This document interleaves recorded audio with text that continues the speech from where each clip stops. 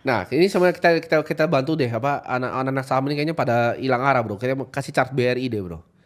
Iya. Menurut gua kalau lu mau cari yang kayak mungkin ada potensi bounce back ya pasti Big Four Banks standar ya. BRI menurut gua masih bisa. Tapi apakah kita punya barang? Enggak. Ini makanya gue Nah, sharing doang nih kalau nih ya. iya, Ya biar jadi biar nggak nganalisis hilang saham arah ya. karena kebanyakan ngikutin apa influencer-influencer yang ya begitulah ya. Iya, karena BRI ya massive oversold ya sebenarnya. Kalau Betul. kita ngomong dia udah drop dari top tuh udah lumayan ini. Ya. Gimana bro? Tapi secara chart itu ada kemungkinan bounce back ya. Kalau mungkin kita tarik 2 tahun ya. Kita ngomong long Iya. term aja ya. Ya sesuatu aset yang udah drop ya bro. Kita ngomong 50% ya kita positioningnya buying lah. Iya. Karena kenapa ya? Kalau kita ngomong dari segi technical ya, ini kita tepat di area 0,5 ya. Kita ada di golden area sebenarnya. Karena apa ya? Sesuatu yang udah turun 50% itu biasanya ada kecenderungan buat bounce. Jadi teman-teman ya yang mungkin udah nabung di saham ini ya lama banget. Ya teman-teman harus percaya fundamentalnya jangka panjang ya karena sesuatu yang terkait ya dengan financial system yang mana orang-orang di daerah biasanya yang pakai ya saham-saham ini ya itu secara fundamental ya mungkin Bro Timothy yang bisa jawab. Tapi kalau secara chart ya bisa chance naik double ya harusnya dari range ini ya untuk BRI. Jadi kalau saya ngomong sekarang pasar equity di lokal ini udah di tahap yang extreme fear. Extreme fear ya. Extreme fear. Tapi kan di setiap extreme fear itu selalu ada opportunity. Makanya kita bilang kita nggak nge-fading. Kita itu gini loh. Gue bilang BRI bakal turun, IHSG bakal turun itu bukan gue benci IHSG. Ya karena emang bukan udah. gue benci BRI. Kayak pas gue bilang kan kemarin. Gue pas ngomong kayak rupiah bakal 17.000 tuh gue dimaki udah katanya. Oh ini mau berharap negara jelek. Gue tuh bukan berharap negara jelek. Gue tuh cuman analis makro. Iya. Gue cuma ngomong apa yang gue lihat dan gue bisa bikin opportunity dari situ. Jadi kayak kita cuma dokumentasikan perjalanan kita dalam ngeliat market gitu. Masa salah? Ini kan biasa gue ngomong sama dia gini di ruang meeting nih. Di ruang sini tertutup gak ada kamera. Bedanya ini cuma kita nyalain kameranya. Iya. Kita tuh ngomong kayak begini BRI kemana bro? Ini menurut gue gini. Kita ngomong BTN ngomong. Kita tuh sumpah ya menurut kita. Waktu itu memang IHSG tuh pasti akan drop. Dan kita udah ngomong berkali-kali. Gue udah bacot berkali-kali di story gue. Gak ada yang mau denger. Apakah kita berarti kita nyumpahin banknya meledak? Kan enggak. Kita bilang sekarang nih, ini potensi yang masih bisa bouncing ketika dia ntar bouncing ekonomi membaik. Ini 7.000. Iya. Apakah kita beli? Belum tentu. Tapi menurut analisa kita itu yang akan terjadi gitu. Apa kita berharap asetnya naik? Ya pasti. Ya pasti. Karena gitu. kan kalau ini ekonomi membaik betul. Ya. Kita juga mau negara ini juga baik-baik aja bro. Betul. Jadi nggak ada yang kita bukan toxic crypto bros ya yang kayak karena gua kripto gitu kan. Yang mampus. Yang lain harus miskin gitu. Itu kan. Kita cuma lihat itu turun karena memang makronya itu turun kayak gimana ya? Saya jelasin ya. Karena ini kalau kita memang lihat teknikal gitu. ya, BRI sekarang ya kita ngomong Bollinger Band-nya di level crash COVID ya. Saya ngomong sekarang semua harusnya secara teknikal ini ada di level crash ya.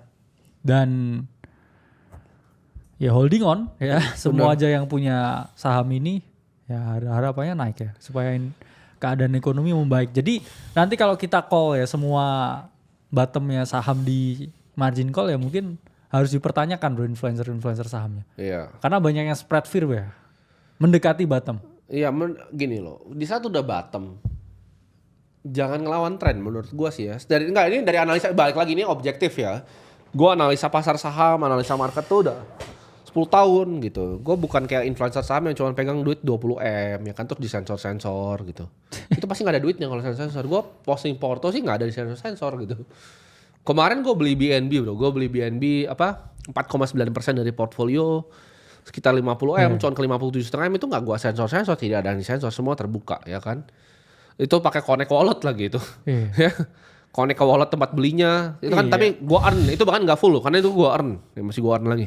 Jadi nggak ada gue sensor, bahkan yang pas gue beli spot buying 50 Bitcoin di 16.500 tuh nggak ada sensor bro. Bener-bener gue tunjukin nih spot buy 50 Bitcoin di 16.500 gue tunjukin ya di gini, sorry.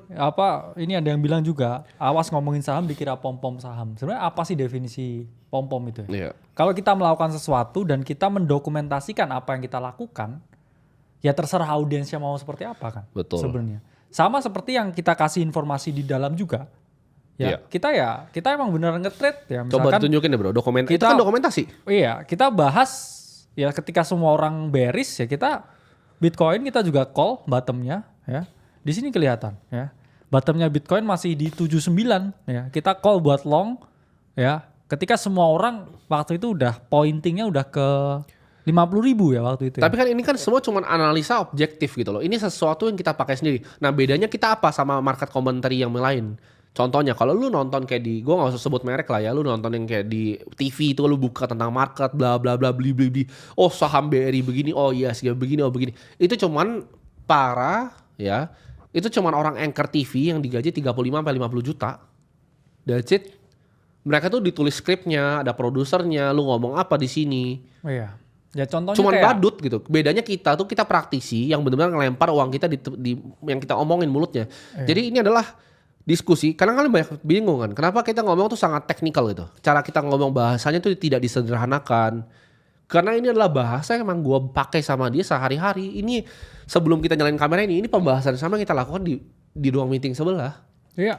The same exact pembahasan, cuma bedanya ini kamera kita nyalakan, kita dokumentasikan apa yang menurut kita marketnya kemana. That's it. Ya kayak minggu yang lalu ya. Dari minggu kemarin ya mungkin kita kurang aktif ya karena kita emang banyak Lagi kita trade. kerjain ya, Iya. banyak yang trade kita kerjain ya. Ketika semua orang ya mungkin sulit ya identifikasi bottom atau nggak tahu ya marketnya kemana ya kita tetap bisa trade ya. Iya, betul. Ya contohnya ini kemarin ya, Story Protocol, IP. Kita bahas lagi nih ya, naik 18%. Kemudian kemarin juga ada Serap ya. Ini naik juga ya 15%, gaming token. Terus ya BTC juga udah deket ya ke TP2 ya dari ide kita. Kemudian ROAM ini juga udah ya TP1. Ini juga ada Clearpool ya kita bahas ya. Ini udah TP2 ya, naik 45%. Oke, kemudian BR ini juga naik ya 20%. Ini juga hit TP2. Ya ada juga koin ya Mubarak ya, up 50%.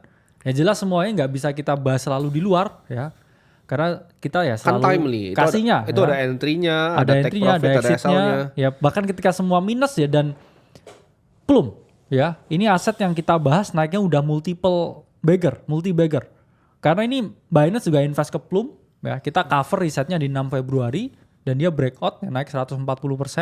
Oke. Kita cover bahkan sebelum Binance itu masuk, Binance Labs ya. Sekarang namanya Easy. Iya, mungkin sekarang pun kita juga terus terang ya, kita di AC pun. Nah, ini kalau kita lihat terakhir barang kita kasih Kaito ya, tapi itu udah naik 75%. Kemudian Berachen, Story, Plum. Ya kalau emang sebulan, ya ini 3 minggu belum ada update PDF-nya karena kita lihatnya belum ada yang menarik ya nggak kita update. Ya kalau mainnya directional. Jadi kita cuma Yes. mendokumentasiin perjalanan kita di market tuh seperti apa. Apakah selalu akan benar? Belum tentu. Ya, setuju. Tapi ya so far kita kan bikin duit. Jadi selama ini kebanyakan benar. Ya. Yes. Nah ini yang ditanya, bro tolong ceritain kerugian yang pernah bro Timothy alami biar semua orang tahu atau perlu bikin konten ya. Konten itu sudah dibikin. Jadi gue akan rilis Kita video malah bro. selalu pamer ruginya kan, Betul. nggak pernah pamer Gue untungnya akan malah. bikin video kesalahan terbesar gue 24 tahun gue hidup di investasi itu apa. Ya, gue akan up besok ya teman-teman ya. Jadi besok malam kalian tungguin, itu bakal jadi video yang gue breakdown semua kesalahan investasi gue apa. Supaya kalian nggak usah belajar dari kesalahan gue. Nah itu kalau praktisi itu kasih tahu salahnya di mana, ruginya di mana ya, bikin salahnya di mana. Karena investasi itu game yang kalau lu menangnya lebih banyak ya lu untung, kalau kalian lebih banyak lu rugi, simpel banget gitu ya. Jadi kita itu pragmatis ya. Ya tapi ya memang salah itu kan juga bagian dari proses juga. Iya. Karena gimana kita analisa semua market direction kalau nggak ada potensi salahnya ya kita jadi orang paling kaya. Betul.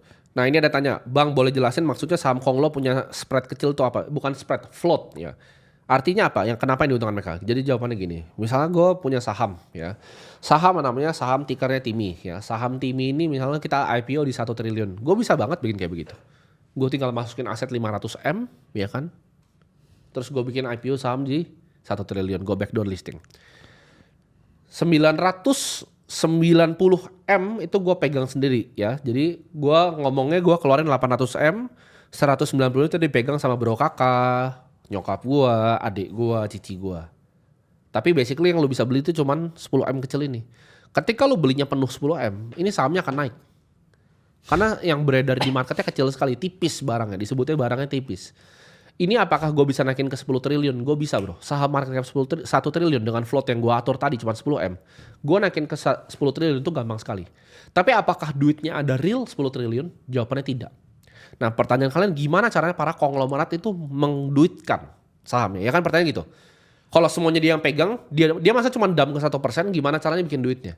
Cara dia bikin duit adalah melakukan, ini fasilitas capital market, tapi nggak salah, ini sangat sah. Namanya repo. Lu bisa ngerepo saham lu sendiri. Contohnya, saham Timi yang 1 triliun, ya, gua floatnya gua bikin kecil, gua naikin sampai 10 triliun. Let's say gua mau bergerak di bidang properti. Gua akan ngerepo 10 triliun ini, gua ngutang ke bank. Jadi sahamnya gua utangin ke bank. Ini saham gua udah 10 triliun, gua utangin ke bank. Bank itu tidak akan kasih langsung 10 triliun, dia akan kasih mungkin 3 sampai 4 triliun. Dari 3 triliun cash ini gua dibungain 14%, gua tarik 3 triliun gua beli tanah. Gua bebasin lahan, gua bangun gedung. Atau gua bangun perumahan. Cara mainnya begitu, ya. Nah ini bukan di level yang kalian bisa mengerti. Jadi buat lu yang coba ngikut-ngikut main di hal-hal seperti itu, lu nggak paham apa yang lu main gitu. Ya. Jadi jawabannya itu. Nah ini lu bisa tanya nggak kayak influencer saham buat jelasin hal seperti ini? Tidak bisa karena mereka tidak kenal. Gue tuh bukan cuman kenal orang yang main saham, gue tuh kenal emiten-emitennya. Gue ini teman-teman dekat gitu loh. Gue tahu emiten mana yang kerjanya cuman roadshow, cuman nyari apa orang-orang influencer buat bantu gerakin sahamnya, buat dia bisa repo sahamnya. Jadi ini semua permainan gitu. Makanya gue bilang yang paling kaya dari saham itu pasti yang punya sahamnya. Kenapa tadi gue berani call BRI? Karena BRI itu salah satu penyumbang APBN terbesar. Ya punyanya negara. Desa publik yang punya negara. 50% yang punya lebih itu Indonesia. Dari dividennya itu dibagikan ke BRI. Dan gue yakin Pak Sunarso itu pasti akan selalu bagi dividen. Makanya gue berani bilang tadi, oke. Menurut gue ini harganya murah nih. Gue bukan nyumpahin banknya hancur kok pas gue bilang itu dari 5.000 akan turun. Gue memang lihat itu akan turun. Ya karena secara teknikal. Masa lu mau nyalain gue kalau secara teknikal gue bilang akan turun ya pasti turun bos. Iya. Gitu. Kita nanti kan juga kalau Bitcoin bakal turun secara teknikal. Kita ngomong bilang, Bitcoin turun. Iya. Misalnya nih kita lihat Bitcoin di 120.000 akan ada rejection nih. Gue ngomong dari sekarang nih. 120.000 ada rejection. Kalau turun apakah kita nggak akan call turun? Kita akan bilang ini turun. Walaupun barangnya gue masih punya. Karena secara objektif kita menganalisa bahwa itu akan turun. Iya.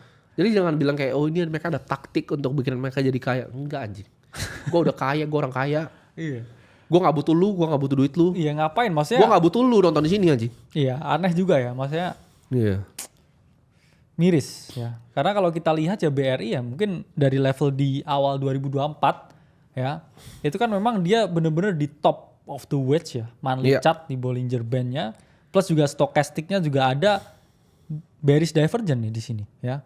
Itulah kenapa ya kita bilang waktu itu not the wise time ya buat kita berinvestasi ke local equity. Betul. Ya. Karena kita nggak invest di local equity. Kalau di 2024 awal kita invest di local equity, kita akan miss the run of Bitcoin. Crypto, ya Bitcoin. Iya. Bitcoin 3x loh. Ya mungkin kita lihat ya chartnya. Ya. Ini kan objektif ya. Kita hapus dulu chartnya ya. Dan ya kita lihatlah ya dengan chartnya Bitcoin dari awal tahun 2024 ya. Ini kan kelihatan nih ya. Nah, kenapa waktu itu kita call-nya ya waktu 2024 lah ya. Nah ini 2024. Ya, jadi bukan berarti kita mau siding ya ke aset apapun ya. Kita emang realis ya di market, kita lihat mana yang bisa cuan, ya kita beli. Kalau mana yang nggak menarik ya kita nggak beli kan, sesimpel itu. Nah ini ya chart kenapa kita memutuskan ya awal di 2024 ya kita masuk ke Bitcoin ya. Karena kalau enggak ya ini adalah the moment ya di sini. Nah karena kalau di situ kita nggak beli Bitcoin ya dan beli equity ya kita akan turun. Minus, that's it. Iya. Kita pribadi hartanya minus. Gue nggak suka minus, gue suka makin kaya. Jadi jawabannya kenapa gue beli Bitcoinnya biar gue makin kaya, udah itu doang. Nggak lebih, nggak kurang.